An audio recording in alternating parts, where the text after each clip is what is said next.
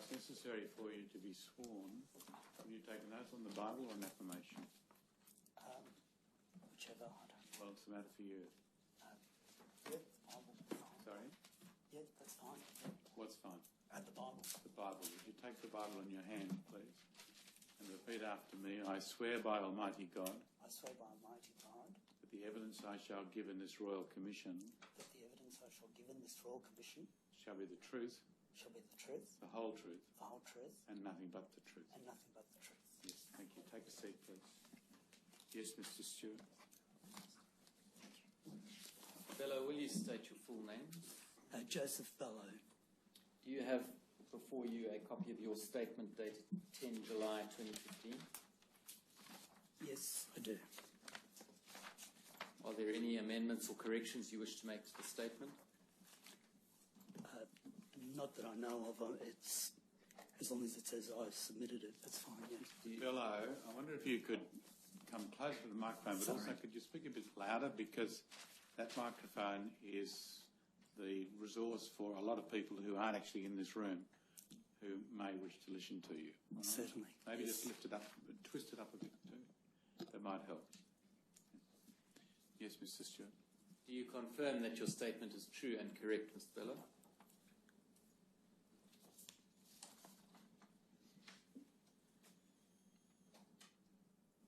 Yes. I tender the statement. It will become Exhibit 29-5.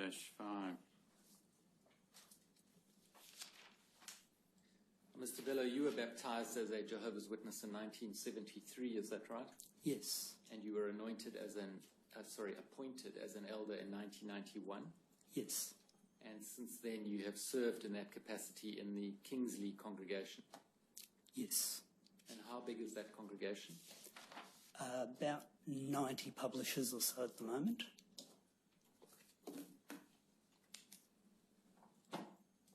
In paragraph 2 of your statement, and perhaps we can scroll down,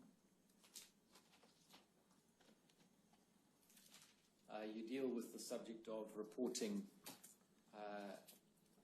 or how elders respond to complaints of child sexual abuse. And you'll see what you say at the foot of that page and then over the next page.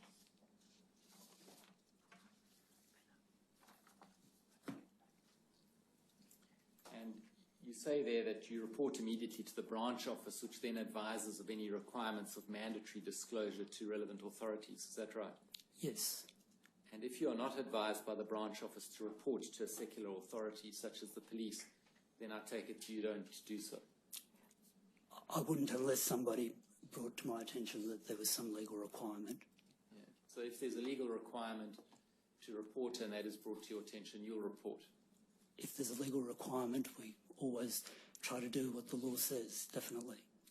And if there's not a legal requirement, then you don't report? Not unless we were advised to do so. And by advised to do so, you mean advised by the branch? Yes. So are there no circumstances then in which you would report a matter to the police if you hadn't been advised by the branch to do so? Look, I don't know what situation would come up and how it would come up. If I had a question about it, I'd ask the branch.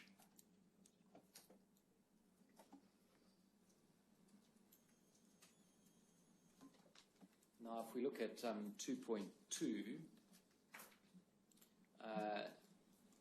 the matter is then handled internally. Is it by, if a complaint is made that is of child sexual abuse, in the manner you set out in 2.2? In other words, 2 elders are directed to investigate the complaint. If substantiated, a judicial committee of 3 elders is appointed, and so on. And then also in 2.4, where a person has been found guilty of child sexual abuse, that's guilty by the judicial committee, is it? That you're referring to? Yes. The elders privately counsel him as to appropriate behaviour with children, such as not spending time with them without any adult present, not inviting them to his home, not engaging in displays of affection,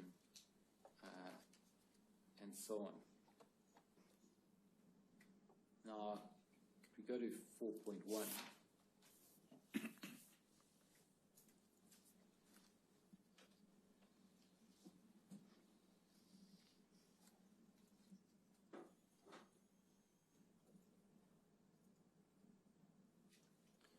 see there, you say that the case involving BCB is the only one concerning child sexual abuse in which I have been involved. Yes. Since you wrote the statement, have you thought of any others you've been involved in, Mr. Bello? No.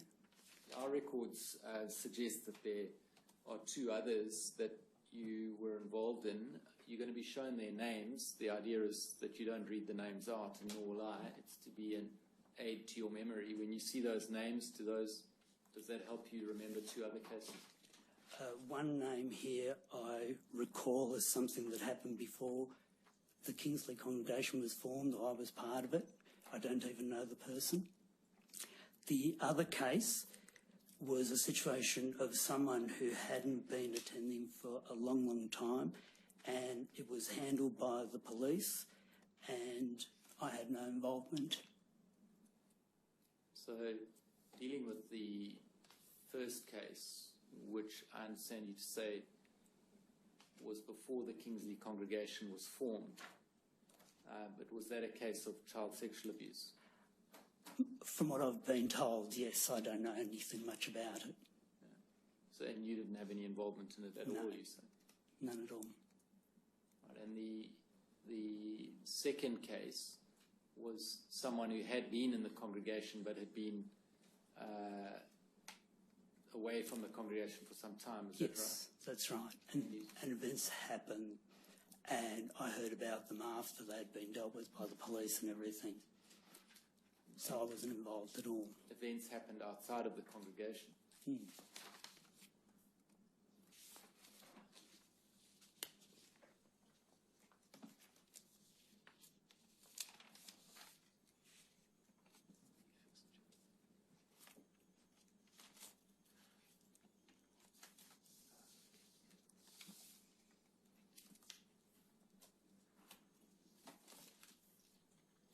Now, in the case of BCB, in your paragraph 5, which is on the screen, you can just scroll down to the substantive part of the paragraph.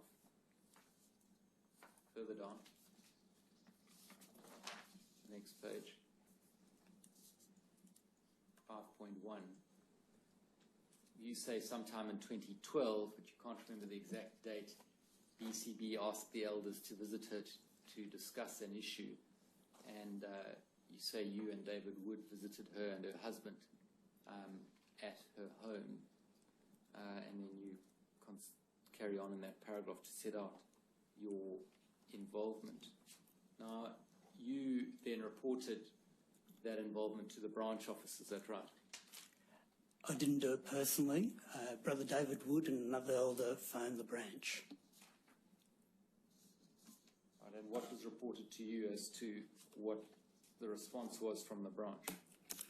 I can't remember exactly, but the gist of it was to provide whatever help we can to get whatever information BCB can provide us and to provide that to the branch. Now, can I show you tab 71?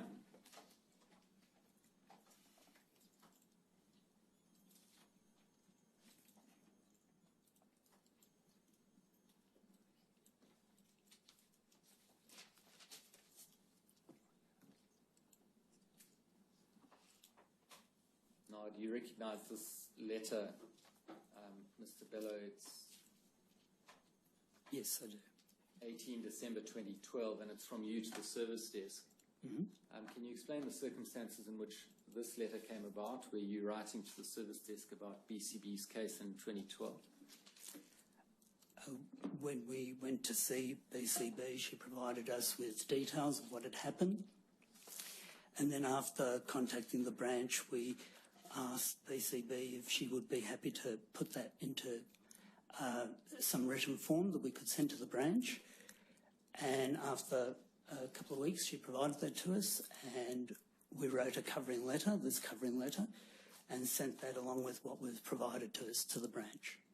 And by that time, Mr. Neal had been deceased for quite some time.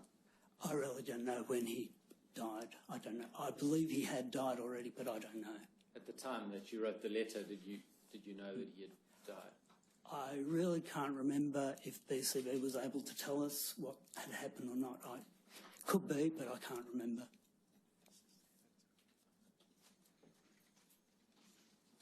And what was the purpose, in your understanding, of making this report to the branch about these events that had occurred many years before? Well, we did it on the wording that BCB gave us, which is she wanted to make sure the branch had these details in case someone else had had similar experiences with the same brother.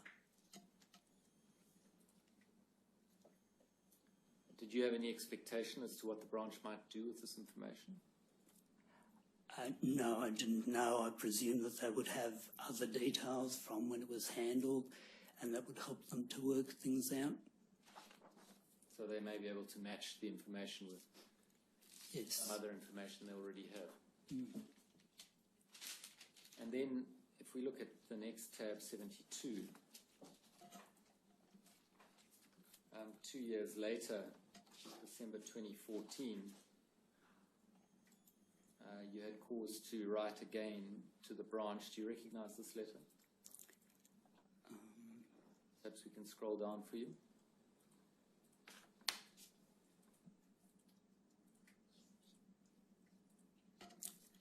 I don't remember writing that letter, but I probably read it and signed it. Well, if you look at the end of the second page, you'll see that you're quite right in that regard.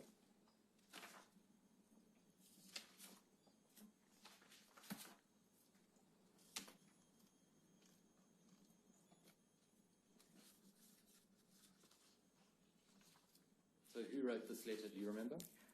This would have been written by David Wood and Robert Boardman. What makes you conclude that? Because I know that they were handling the matter after I wasn't involved in it anymore. Well, your name is here and you've signed the letter. In what sense were you not involved in it anymore? I wasn't actively trying to help BCB or give support at that time. Now, you'll see on the first page of the letter, if we can go back to the paragraph number 2, you'll see there it's recorded that the alleged perpetrator is Brother Neil, now deceased. So at the time you wrote that letter, you of course knew that he was deceased. Yes, at that time. And what was your understanding of the writing of that letter? My understanding... Sorry, as to its purpose. Yes. My understanding was that we had further details provided by BCB, and from recollection there were a lot more details in terms of names, dates, things like that. So it was providing further information as it became available.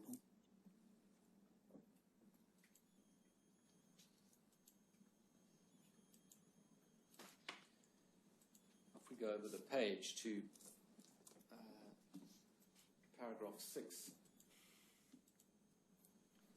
you'll see it says in about July 2014, Brother Bello paid a friendly visit to both BCC and BCB at their home. And it was only at this time that BCB made mention that she was considering reporting the matter to the Royal Commission on child abuse and seeking compensation. So, firstly, you were, of course, involved in this matter by visiting BCB and her husband and discussing the matter, not so? Yes. And perhaps you can tell us just what occurred in relation to the possibility of the matter being reported to the Royal Commission? Well, that matter came up earlier when BCB's husband and I were out in the ministry, and then afterwards, when we went back to the car, we sat in the car and we were having an informal conversation about how BCB was feeling and coping, etc. And her husband said that they were thinking of taking the matter to the Royal Commission, and I asked the question. I said, but what would that accomplish? Sorry, my mouth is dry. Other than dragging Jehovah's names through the mud. So I guess it might be a reference to that. And then BCB's husband told me what he felt would be accomplished. He said a measure of closure, and also maybe financial compensation. And I said I could see that point about the closure. I also asked, I didn't know that the Royal Commission was about financial compensation, and he said, yes, we've looked into it, and that was it. So you'll understand how in you asking the question, what would that achieve other than dragging the name of Jehovah through the mud? That would be understood as a discouragement to go to the Royal Commission. It might be understood that way, but that's not how it was meant. It was an informal conversation. I asked the question, what would it accomplish? Yes, I was thinking out loud, and thinking back on it, I shouldn't have said the rest of the sentence. And I take it within your faith, Jehovah is considered as a loving God. Definitely. And would Jehovah then not be more concerned about the victim than his own name? Jehovah will be concerned about the victim, but Jehovah is concerned about his own name too. That's what the scriptures tell us. Well, would his name not withstand public knowledge of dreadful things wrongly done by someone professing to follow him? I don't think that was my point. My point was simply to ask the question, what will be accomplished? And yes, there was some thinking aloud, and that's all. Can you understand how, by putting that question in that way, it contributes towards feelings of guilt that BCB has in bringing this matter to the Royal Commission? I was talking to her husband, and looking back, I probably would have worded that different. But at the time, that's how it came out.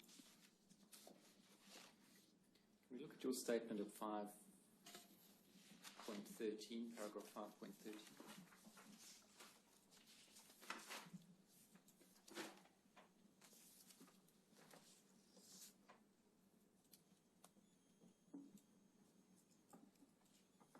That's where you explain what you've just you explain that the statement as you've explained it now in the witness box, and you say in the last sentence, let me start before that, you say, I was wrong to say it. In other words, ask that question about dragging Jehovah's name through the mud, and I never would want to discourage someone going to the authorities with a complaint of child sexual abuse. And this is also against the direction we receive as elders from the branch. I take it that the direction you're referring to is that if people want to report to the authorities, they should not be discouraged from doing so. That's right. You don't mean to say that there's a direction from the branch to positively encourage people to go to the authorities? I just mean whatever the letter says. I can't remember the exact wording, but whatever the letter says. Well, we're looking now at your statement, not at the letter. Yes. And your statement says, this goes against the direction we receive as elders from the branch. Now, I'm just seeking to understand what it is that you're saying there. You've agreed that it's a reference to a direction not to discourage people from taking reports or reporting to the police, right?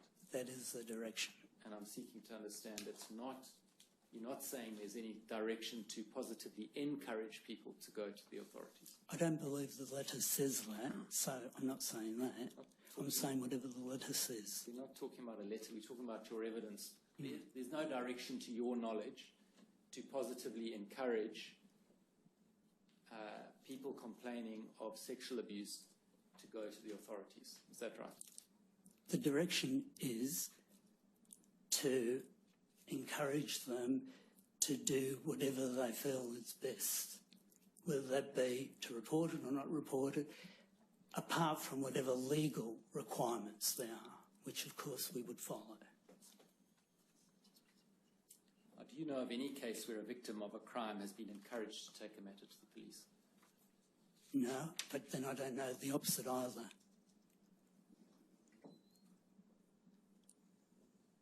And do you know of any case where an elder has reported a crime that has been reported to him, to the police? No, I don't, and I don't know the opposite either. Sorry, I don't mean to answer them the wrong way. I'm just saying it's a hypothetical situation. I don't know.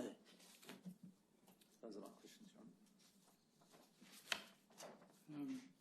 Can we just look at document 77?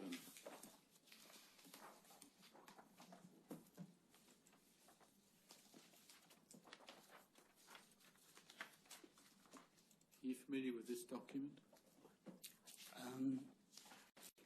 It would appear to be one of our articles in the magazines. Yes. You familiar with it? I can't say that I'm very familiar with it. I'm sure I've read it in the past, but it's not as if I can remember the details, no. I mean, do we have a hard copy of it?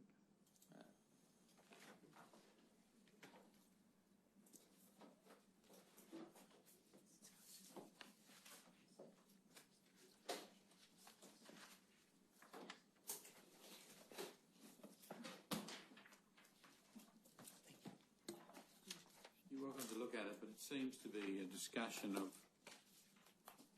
the trauma that a victim of incest might suffer.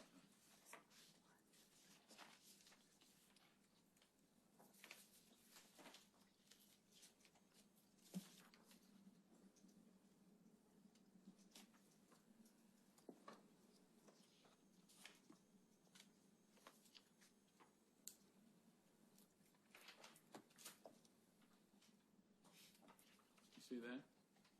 Yes. And then there's on page 30, it seems to be, from the publication, which will be the 5th page, I think, what's said to be a realistic view and the permanent solution. Do you see that? Mm-hmm. Now, the realistic view is said to be the way of helping the victim of emotional trauma. Do you see that? Mm-hmm.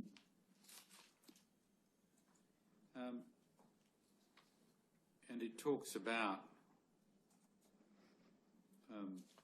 biblical references and goes on to talk about the permanent solution in biblical terms. You see that? Yes. Now, I'd just like to know, well, first of all, people who suffer incest can, of course, suffer great trauma, can't they? Yes. Accept that. Now, this document seems to be totally focused upon a biblical response, not a medical, if you like, psychiatric or psychological response. Do you understand what I'm saying? Yes, I understand. Does the doctrine that you're taught exclude or confine in any way the need for a person who suffers trauma to receive conventional help from qualified practitioners? Certainly not. That's a personal choice. We don't make a recommendation one way or the other, but sometimes it's pretty obvious that professional help is needed to help the person. All we can do is help the person spiritually. BCB obviously needed professional help. She told me that she had been seeing professional help, yes.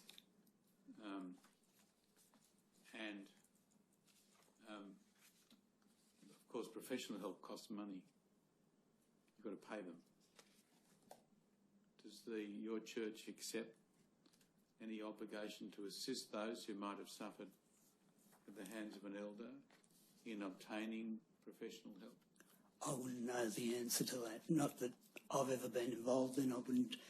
I can only speak from my experience. I've never been involved in any experience where the organisation has helped that way, but maybe they have, I wouldn't know. Do you think it should help? Well, that would be my personal opinion, and I don't think my personal opinion is particularly that worthwhile. Why not? I would talk from my limited experience, and I don't think that that's appropriate. When I do things, I try to research things and come up with some opinion that at least demonstrates some thought. But answering here at no notice, I think I'd just say what came into the top of my head, and I don't think that would be appropriate. Have you been following the work of the Royal Commission? No, I haven't. Not at all? Not at all. When did you first know you would have to give evidence here? A few weeks ago. Might be a couple of months ago, but it was a matter of weeks. The work of the Royal Commission has received publicity all over Australia. Yes. And you haven't read an article about it? To tell you the truth, I've scanned the headlines of the Saturday paper and I might have read a couple of paragraphs in and then moved on. And that's about it. What about the television news? I don't watch the news. What about the radio, the ABC? I don't listen to the radio that much.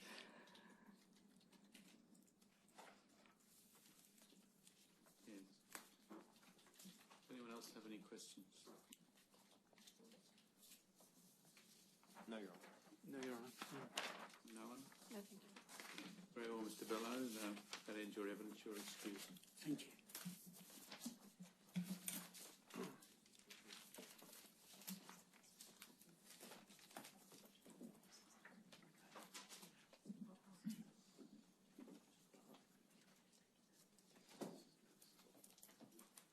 The next witness, Your Honour, will be BCG. BCG? Yes.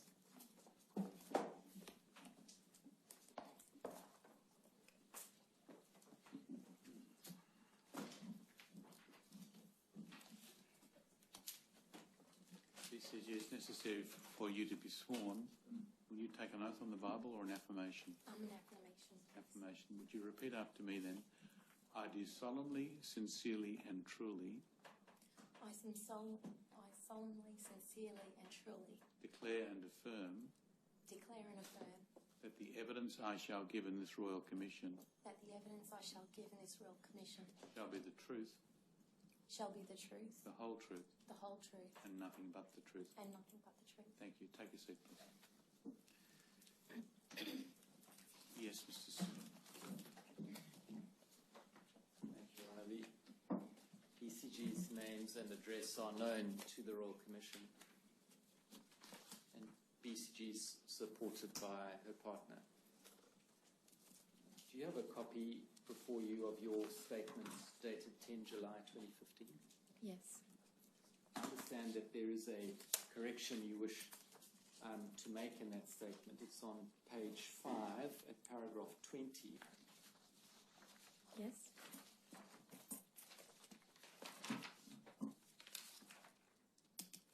I would. Oh, sorry. I'll identify it. I was just waiting for it to come up on the screen.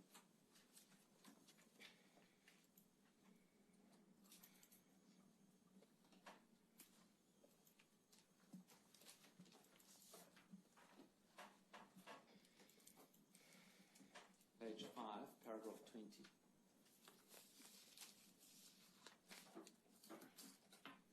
It's the last sentence of that paragraph that you wish to delete.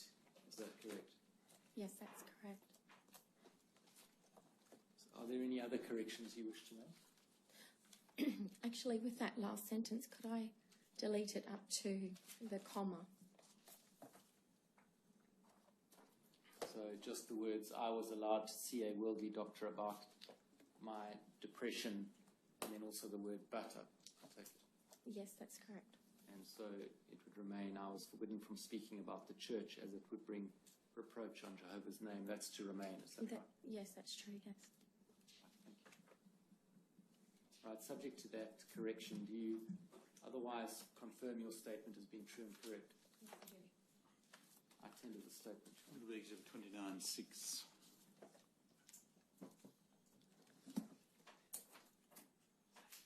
I'd ask you to read your statement commencing at paragraph 3.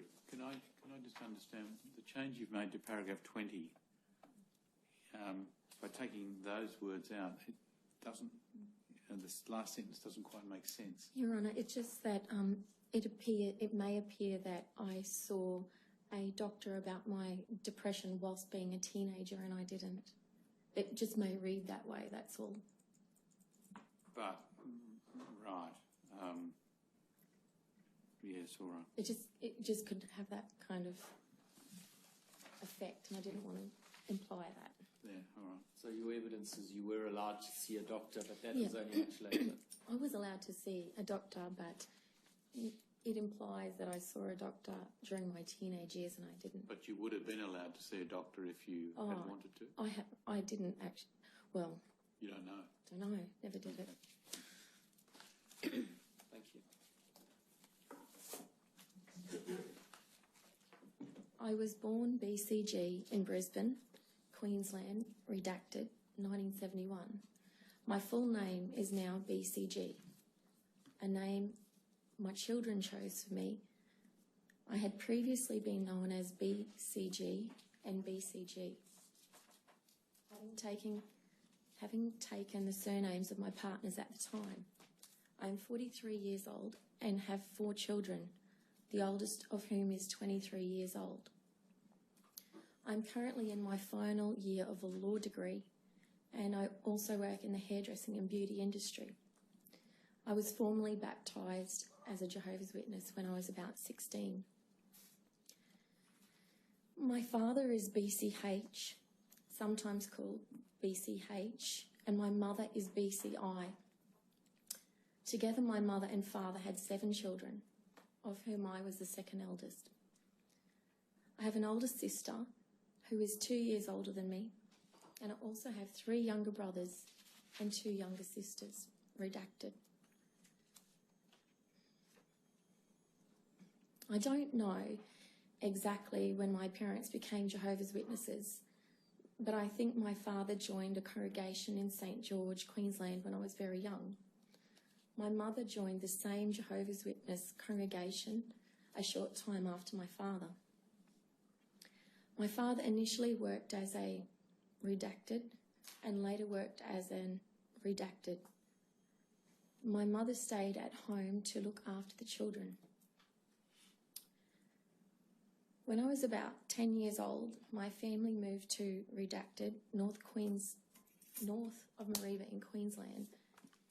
My parents joined the Mareeba Jehovah's Witness congregation. My father was a very strict and highly regarded Jehovah's Witness. When I was about 13, he was appointed as a ministerial servant at the Mareeba congregation. Jehovah's Witnesses believe that when a man is appointed as an elder or a ministerial servant, he is appointed by God's, that means Jehovah's, often referred to as Jehovah's Holy Spirit, to judge others. My father took his role as a ministerial servant very seriously. He used to quote the scriptures constantly, both at the congregation's Kingdom Hall and at home. He regularly delivered talks from an elevated platform at the Jehovah's Witnesses meetings at the Kingdom Hall. My father was also given special responsibilities by the congregation elders, including conducting private Bible studies with other congregation members, managing groups of Jehovah's Witnesses for field service, that's door-to-door preaching, and teaching and counselling the congregation. When I was a child, my father made me and my siblings attend the meetings at the Kingdom Hall at least 3 times a week. There was a 2-hour meeting every Sunday, another 2-hour meeting on a Friday, and usually a 1-hour meeting midweek. The meetings involved elders and ministerial servants teaching and counselling the congregation about keeping the congregation clean and righteous. In order to prepare for the meetings, my brothers and sisters and I had to study the Bible and read the daily scriptures. During the meetings, my father would pressure me and my siblings to offer answers to questions posed by the elders and ministerial servants leading the meetings. He would also make me deliver scriptural talks before the congregation from the platform in the Kingdom Hall and take part in field service. In the Jehovah's Witness Church, men are at the top of the hierarchy, and hold all the authority next to Jehovah. Man is the head of the house, and his wife and children have to obey him and refrain from questioning his authority. Adult females are next in line, and then children are at the bottom of the hierarchy. There were many rules to comply with and things that I had to do in order to be a good Jehovah's Witness. As the head of the household, my father was the person who dictated and enforced compliance with the rules in our house. He was also answerable to the elders in the congregation, and I think he was therefore really keen to impress the elders and show how obedient his family was. In our house, for example, we were only allowed to watch certain television programs and listen to certain radio programs. We were not allowed to read anything other than Jehovah's Witness material. As a child growing up in a strict Jehovah's Witness family, the church and my father dictated who I was and wasn't allowed to associate with. I certainly wasn't allowed to associate with anybody outside the Jehovah's Witness community, other than the children at school at the school I attended. Even when I was at school, the Jehovah's Witness church decided which lessons I could and couldn't attend. For example, I wasn't allowed to attend sex education lessons at school, as the Jehovah's Witness counselled that it was the responsibility of the Jehovah's Witness parents to teach their children about sex. My father also never allowed me to attend any form of extracurricular activity, for example, sports, because the church advised against it. In the late 1980s, school attendance in years 11 and 12 was not compulsory. My parents didn't allow me to stay at school after year 10 because choosing higher education over Jehovah was frowned upon by the church. Even after I finished school in year 10, I wasn't allowed to pursue full-time work because I needed time to dedicate to preaching. My father used to tell me that I was headstrong and that I needed more training to be obedient. But it didn't matter how hard I tried, I was never good enough. He used to tell people in the congregation and my family that I was a troublemaker. To the congregation, he appeared righteous and spiritual, but at home my father had a very short fuse and become violent and abusive. He used to beat me frequently, often using a black leather strap that left welts on my skin. Out of my siblings, I was the one that bore the brunt of his aggression. As a Jehovah's Witness, I was taught to love and fear Jehovah and to respect my father and to be obedient to my parents. I was taught never to question my parents or their decisions. My father always threatened to kick me out and to treat me as though I was disfellowshipped if I ever disobeyed him. A person would be disfellowshipped if they had sinned and did not adhere to the counsel given by the elders in a committee meeting. Disfellowship means excommunicated from the church, and nobody, family, friends included, would be allowed to associate or talk to you until you are reinstated. Disfellowship people are ostracised and actively avoided by members of the congregation. I was always terrified of being kicked out of home or disfellowshipped because I feared what Jehovah would do to me.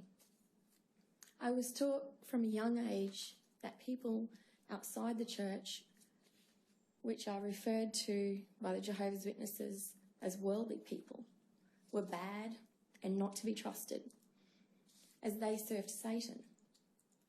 Even the prospect of speaking to the police was extremely scary, as they were also considered to be very bad people. I felt enormous pressure from the church and from my father to be a perfect, obedient child. By the time I was in my early to mid-teens, I felt very isolated and alone. I became quite depressed and at times suicidal. I was forbidden from speaking about the church as it would bring reproach on Jehovah's name. By the time I was about 16, I was determined to leave home for many reasons, including that I wanted to escape Jehovah's Witnesses without being disfellowshipped. I wanted to do it on my own terms. By this I mean that I wanted to fade away from the church and become inactive while retaining my faith, as this course was less likely to result in punishment from Jehovah. It is hard to explain, but I didn't want to be shunned by the only people that I knew as well as live in fear of Jehovah. I think my father abused me when I was about 5 years old. I don't remember anything specific from that time, but I do recall feeling extremely uncomfortable and scared when my father put a nappy on me at night before bed. That memory made a lot more sense to me once I discovered what my father did to my sisters at a similar age. When I was in Year 7, I recall my father asking me and my older sister to give him a kiss. It was a real sloppy kiss on the lips, and I remember thinking that it wasn't right. I didn't like it at all. My father used to tell me I was sexy, and sometimes he would say to me, "You have it, but your sister doesn't." My father often removed my bedroom door because I would either shut it to get dressed or lock it to keep him out.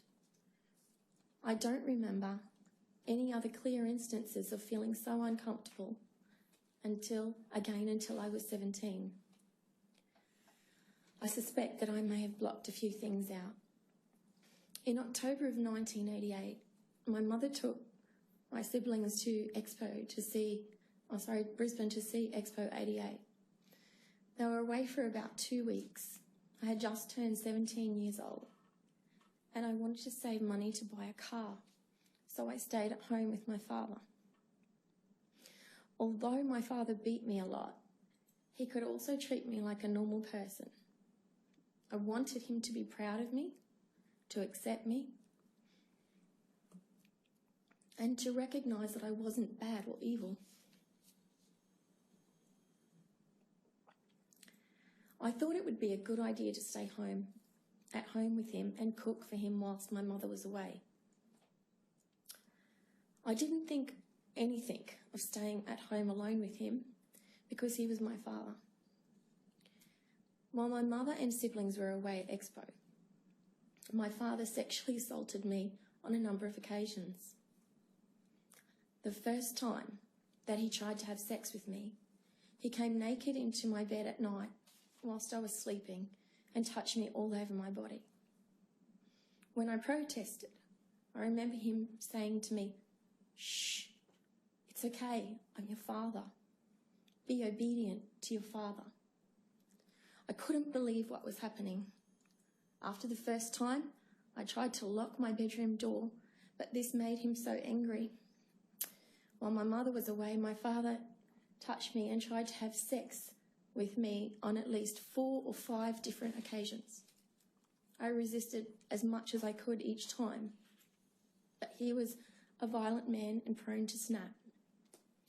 I was absolutely petrified of him and tried not to make him angry. While my father sexually assaulted me, he quoted Bible scriptures and referred to the scriptures about being more obedient, that he made me put up on my bedroom wall. He said to me while he sexually assaulted me, "You have to be obedient to me." While my mother was away, my father also gave me alcohol and made me watch pornographic movies with him. After my father had touched me and tried to have sex with me, he behaved completely normal towards me, as if nothing happened. I convinced myself that it was all nightmares, but I always knew it was real. I used to pray to Jehovah to put his angels around my bed to stop my father from coming to me. But he didn't help me, and my father didn't stop. While my mother and siblings were away at Expo, my father took me on a motorbike to a Jehovah's Witness working bee in Cooktown. When we got home, my back was really sore from the motorbike ride, and my father told me he would massage my back for me. He started massaging my back, but moved down and started touching me where I didn't want him to. I told him I didn't want him to do that, but he said, "Shh, be quiet, I'm your father, be obedient." On the last occasion that I remember, my father sexually assaulting me while my mother and siblings were away in Brisbane. He started touching himself and tried to make me touch him as well. When I refused, he said to me with money in his hand, "I'll give you $300 to help you with your car and $300 after if you bend over on the bed." I said to him, "I don't want to do it and I don't need your money." My father became very angry with me and pushed me onto the bed. I managed to get away from him and ran outside. My father chased me through the backyard of our house, but I managed to escape to a neighbour's property. Once my mother and siblings returned from Expo 88, my father started to tell everyone that I was mental, a nutcase, and that I served the devil. He also continued to tell everyone I was a troublemaker. I think that because he was so respected in the congregation, the way he treated me was how everybody else in the congregation treated me, including my own mother, my family, and my family. My father also tightened his control over who I could talk to in the congregation, forbidding me to speak to anybody who he thought I might tell about the abuse. If I broke his rules, he flogged me. I knew that as a Jehovah's Witness, it was my duty to report any wrongdoing to the elders in the congregation. Although I wanted to tell them, I was terrified of doing so. So my father had threatened to beat me and kick me out of home if I ever spoke to anyone without him present. I'm sure that everyone in the congregation knew that my father was a violent man and beat me frequently. I was often forced to attend meetings having just been beaten by my father with his belt and still bleeding from the welts.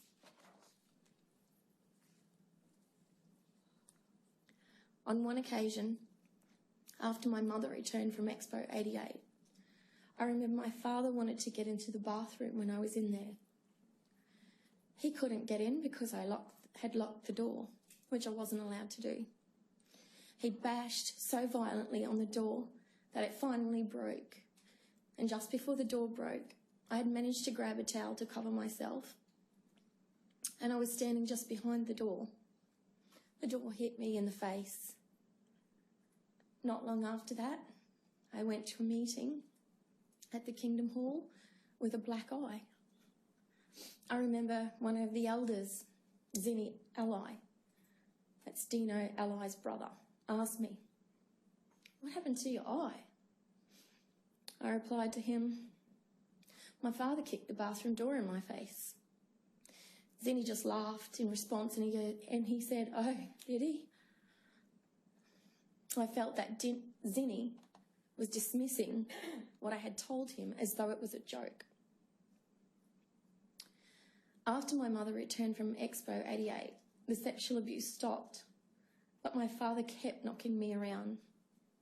He took the door to my bedroom off its hinges. There was no privacy or safety for me at home, not even the toilet, which had no lock or properly closing door. Some months after the sexual abuse had happened, while the rest of my family was away, I started to leave WatchTower magazines open around our house so that my father could see the articles on misconduct. I remember saying to him on one occasion, "I know what you did to me and it's wrong." He said to me in reply, "You're mental."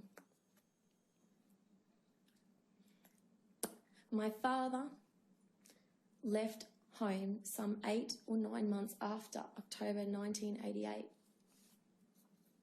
Before my father left, I tried to talk about the abuse to Lynn Bowditch, who was married to one of the elders in the congregation, Kevin Bowditch. Kevin was a friend of my father's who had helped build parts of our house. I said to Lynn, "I need to talk to you about some stuff that's happened between me and Dad." Lynn spoke to Kevin and reported back to me. Kevin says he can't speak to you without your father present.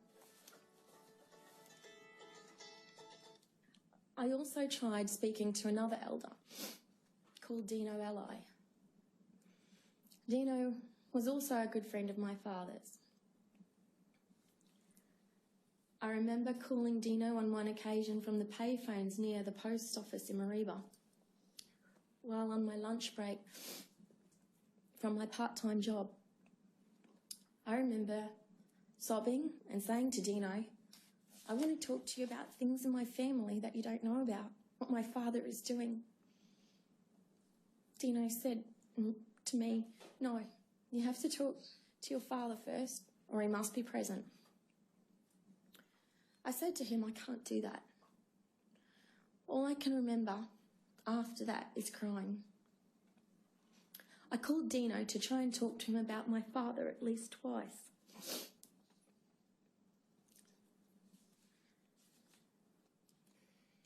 In May or June of 1989, about 8 months after my father sexually abused me, while the rest of my family was away,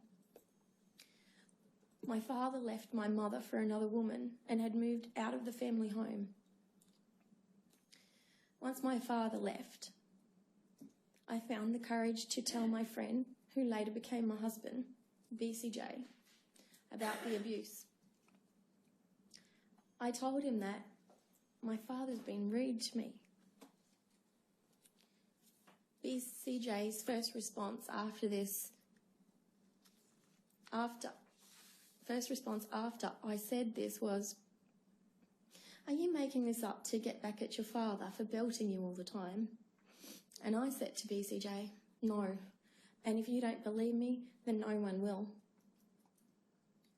The next day, when I saw BCJ again, he told me that he had spoken to my father, and he said to me, "It all makes sense now." BCJ did not tell me everything that he and my father spoke about. I don't recall what BCJ said to me, but I do remember getting the impression that my father had admitted to BCJ that something had happened. After that, BCJ said to me, "We need to go to the elders." At that time, BCJ and another friend of mine were probably the only people in the whole congregation who treated me nicely.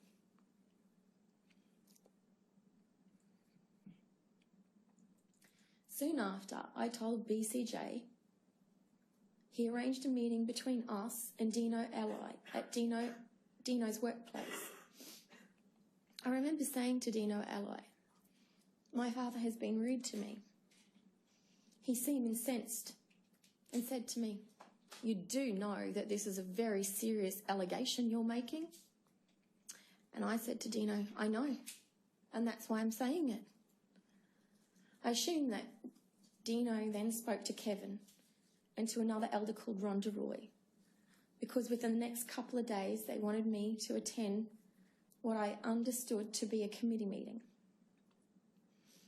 I didn't tell my mother about what happened because she was an emotional wreck after my father had left. I remember meeting with elders, Dino, Ron and Kevin, by myself on a number of occasions for a couple of hours at a time. On one occasion, they brought my father into the room so I could tell him what I had told the elders. I cannot recall exactly how many times I had to meet with the elders. I didn't want to be there, and I felt so uncomfortable. I had nobody to support me. I don't remember anyone really explaining the purpose of the committee meeting to me. But I understood at the time that the elders were investigating what I had alleged. At the first committee meeting, the elders sat me in a room at the Kingdom Hall and came in one at a time and asked me to tell them what happened. After that, they all came in together and asked me more questions. They repeated this process several times. I felt like I was being interrogated and that the elders were trying to find inconsistencies in my story to catch me out. Now, in hindsight, I understand that the elders were investigating whether or not I was a credible witness and if my allegations could have been truthful. Because the elders were all male and all were my father's friends, I was very reluctant to speak to them about what had happened. Unless they asked me a direct question, I didn't really offer the full detail of the sexual abuse. I never felt as though any of the elders believed me. In fact, they seemed incensed by what I was saying and took the allegations personally. They asked me questions like, "Did you enjoy it? And how did you react to that?"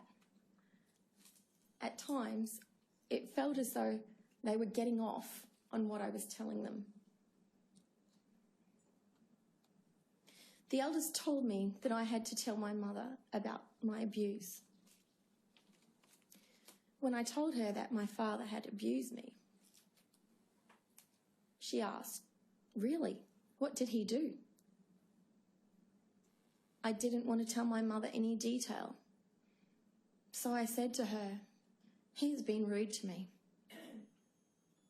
She said to me, "He did that to your older sister when she was 2. I was absolutely gutted and upset. I asked my mother, "How could you have left us alone with him, knowing what he had done to my sister?" My mother said to me, "I didn't think he would do it again because he had become a Jehovah's Witness."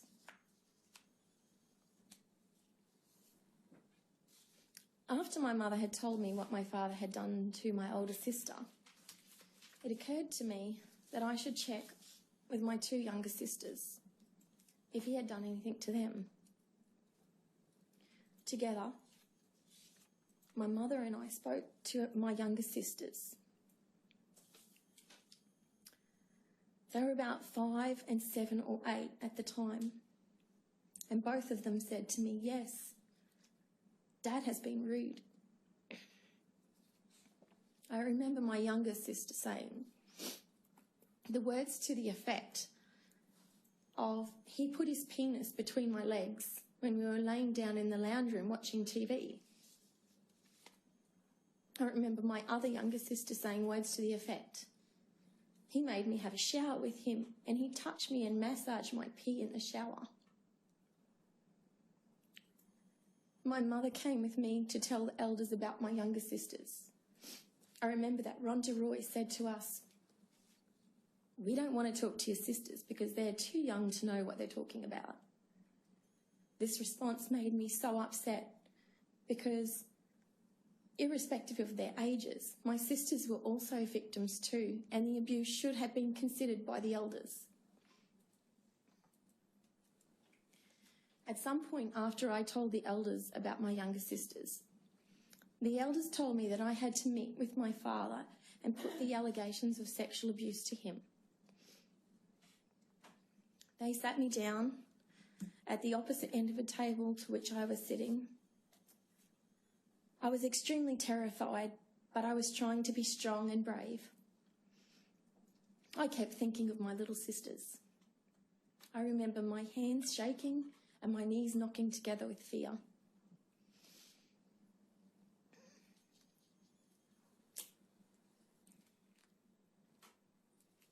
The elders asked me to tell my father what I had told them.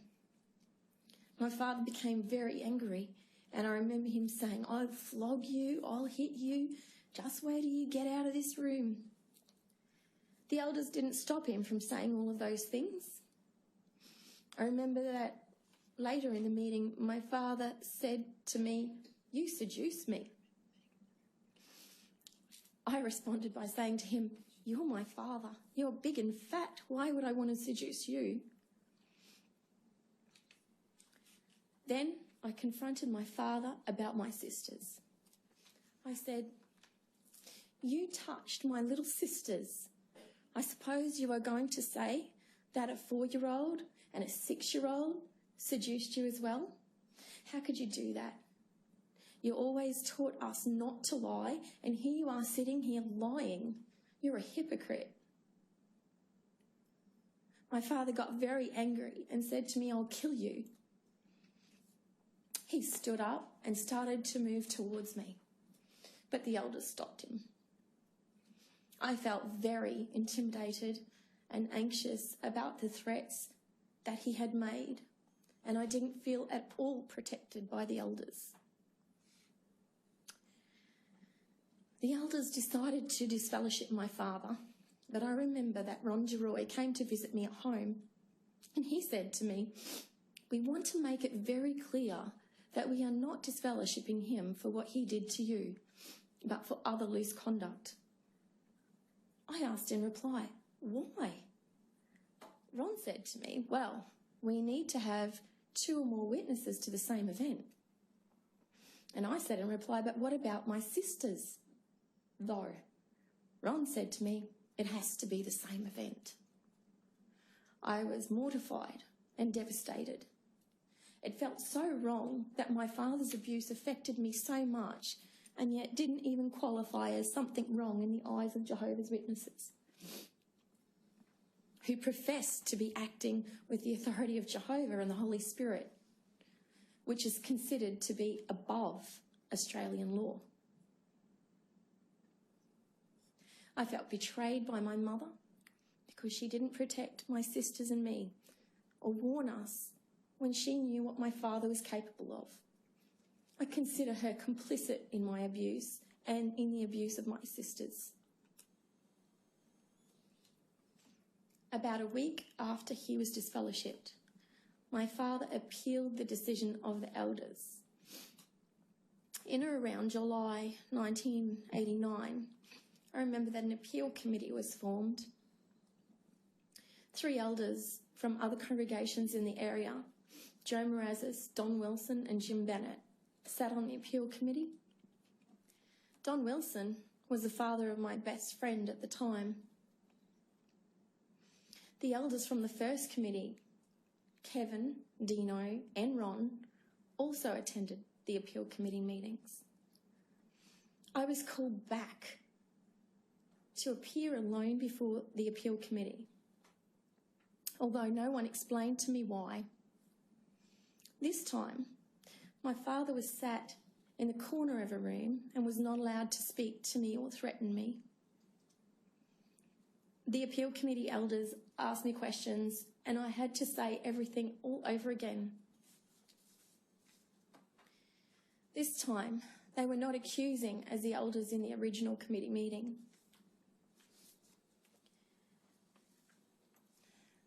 Towards the end of the appeal committee meeting, I remember that Kevin Bowditch said to the room, "Can BCH confirm what he did to BCG for her sake?"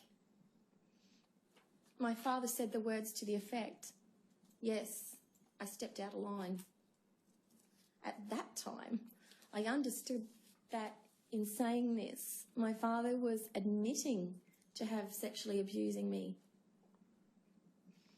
At some point, not long after the appeal committee finished their meeting, one of the elders came and told me that my father's disfellowshipping had been upheld. I don't remember which elder spoke to me or exactly what he said. After his appeal was rejected, my father moved away from Mareeba to live in Cairns.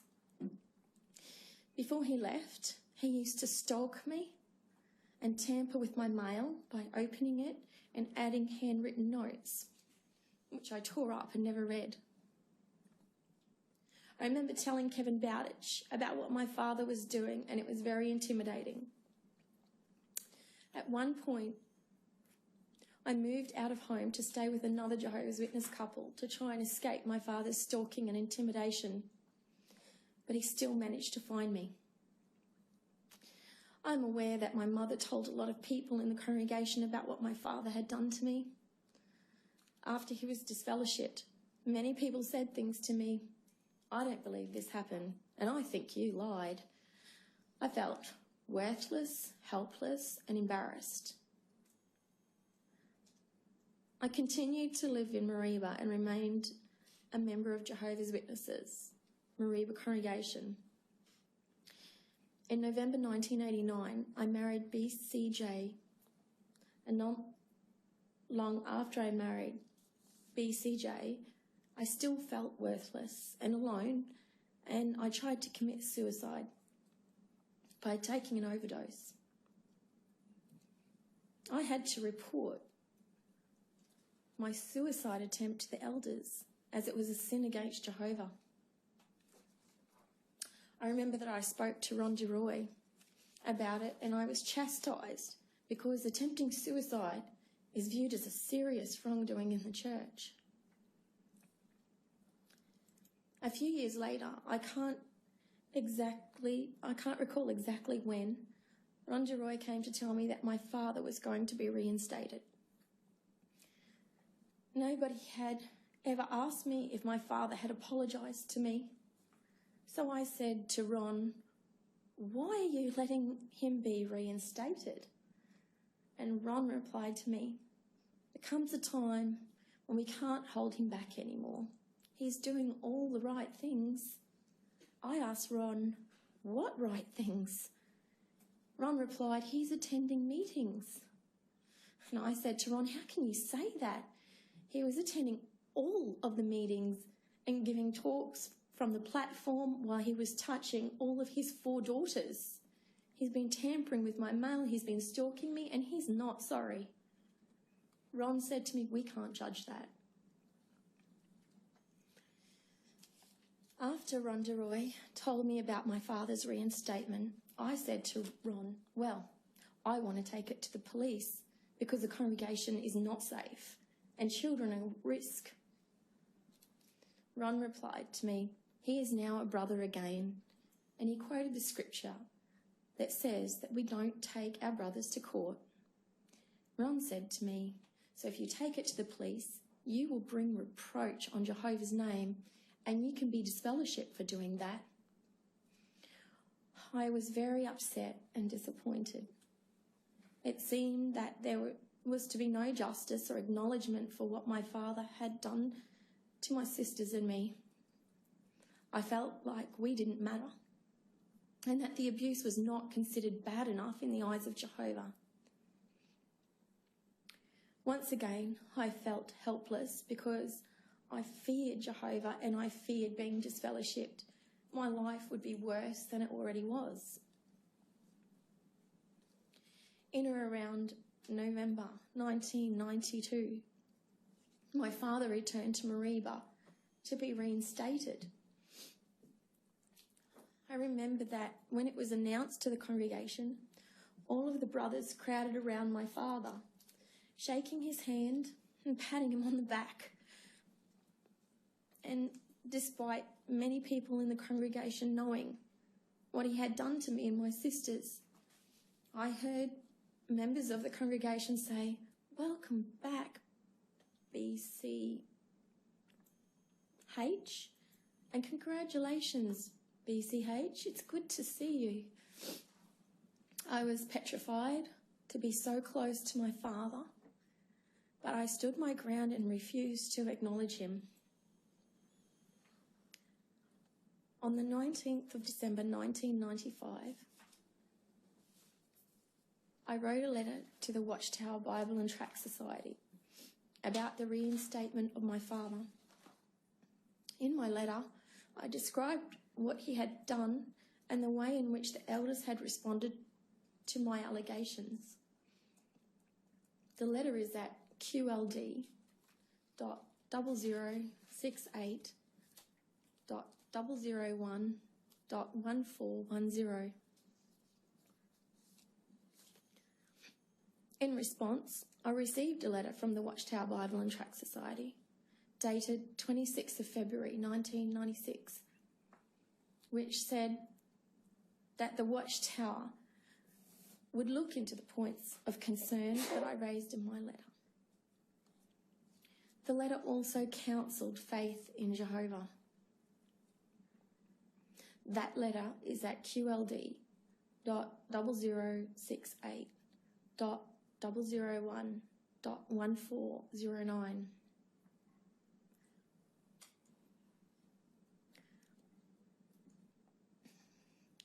I did not believe that the WatchTower would or could do anything, and I considered the letter to be a token gesture only. I had already put my faith in Jehovah and prayed to him to protect me from the abuse when it was happening, and he didn't. I had already put my faith in the elders when I reported the abuse to them, and they didn't protect me or support me either. I felt angry, upset, and let down, and I began to feel suicidal again because I felt as though there was no way out for me. In or around 1998 or 1999, my then husband, BCJ, and I moved to Townsville with our 2 sons. Not long after, I had my 3rd son in Townsville. BCJ and I separated, and I left the Jehovah's Witness church. I couldn't stand the hypocrisy anymore, and I was finding it hard to believe that elders and ministerial servants were really appointed by the Holy Spirit. Once I left the church, my 3 children and I were completely shunned, ostracised, and actively avoided by members of the Townsville Jehovah's Witness congregation. The very first thing I did after I left the church was call the police. I was initially scared of the police because I had grown up being taught that everyone outside Jehovah's Witnesses church was to be feared.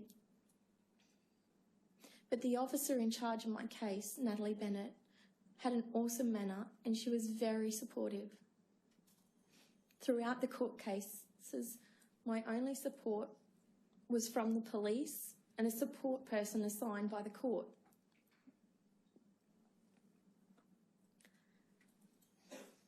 I gave a statement to the police in or about September 2000. In my statement, I limited what I said to the police about my interactions with the elders. I didn't include in my statement that I had tried to speak to Dino Ally and Kevin Bowditch whilst my father was still at home, and I didn't go into detail at the committee meetings. When I made that statement to the police, I had only just left the Jehovah's Witness church and was still very fearful that if I said too much about the elders at Mariba congregation, I would bring reproach upon Jehovah's name. I was still scared of making Jehovah angry and suffering punishment from him.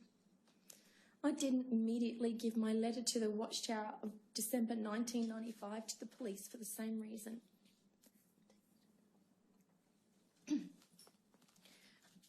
At my trial,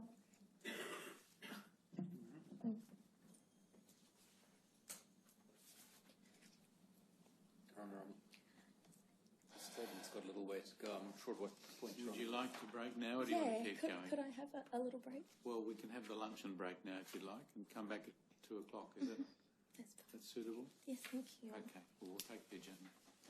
Also,